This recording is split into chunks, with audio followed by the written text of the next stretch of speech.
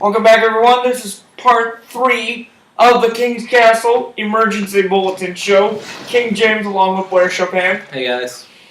And as I said before, we're basically using our forum tonight to break down some of the major stories of the past couple days just to come out.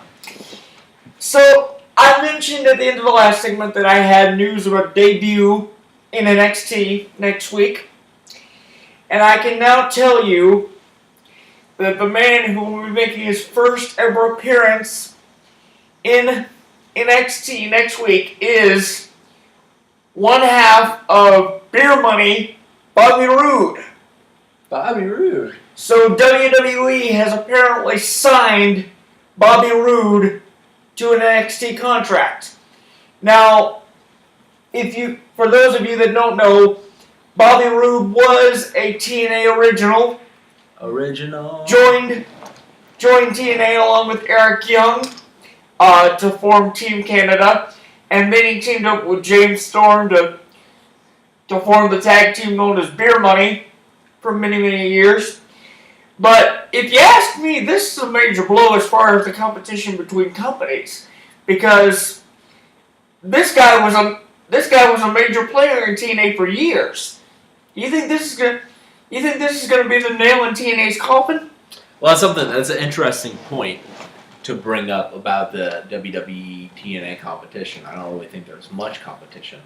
But when the WWE decided to have a draft for separate brands, that opened up more and more spots on both their rosters. Exactly. So they could, like we said earlier, it gives guys like Ziggler a chance to be main eventers. It gives more people opportunities, but it also gives the WWE opportunities to sign away guys from the TNA.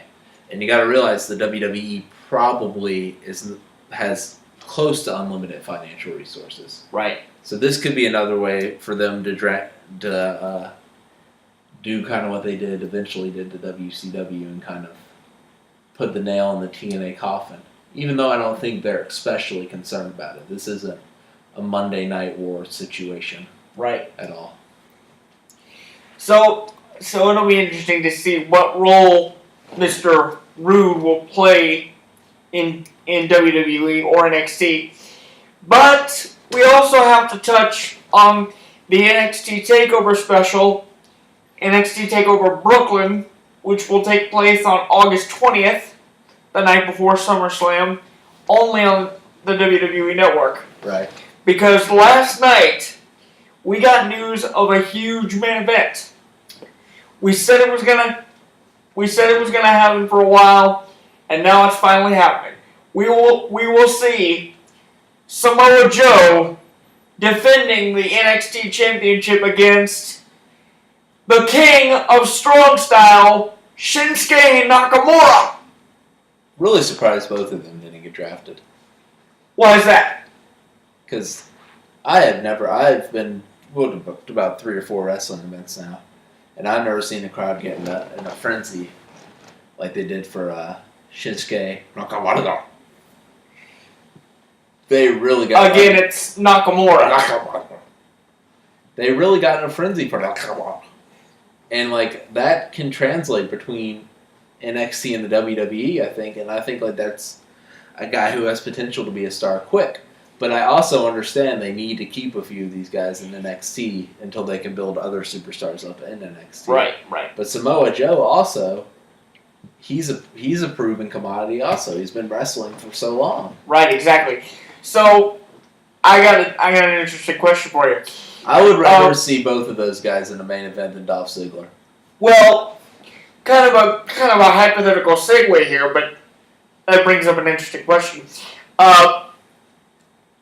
You said before that you thought Finn Balor was going to be a shoo-in Finn Balor to be drafted to the main roster during one of our earlier broadcasts. But would you have been equally as surprised if one of those two, either Joe or Nakamura, had been chosen over Balor? Yes, I've been very surprised. So, because Balor, I think, is like a surefire star, regardless of the situation you put him in. He's going to find a way to be a star. He's like when you hear a singer on American Idol, and you're like, regardless of what they're singing, right, they can pull it off. These other two guys we mentioned, I think they have to kind of be in the right situation to shine, but I don't think the same thing is true of Balor. So I think those other two can be stars, though. So you still think they can build up and they might make it to the main roster within the next year? I mean, my argument for this would be we've seen the star power Samoa Joe has, and we've seen him do it for years, and we've also seen the Beatles reception that this Shinsuke Nakamura got. Again, I gotta help you and our viewers out here.